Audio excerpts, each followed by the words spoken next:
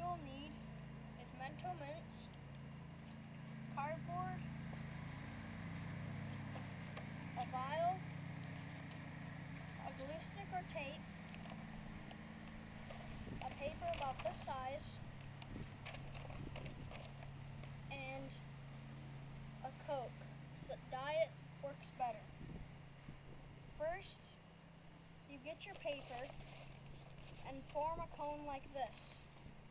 Attach it with tape or glue stick.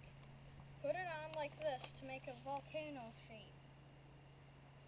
Next, what you do is you take the cap off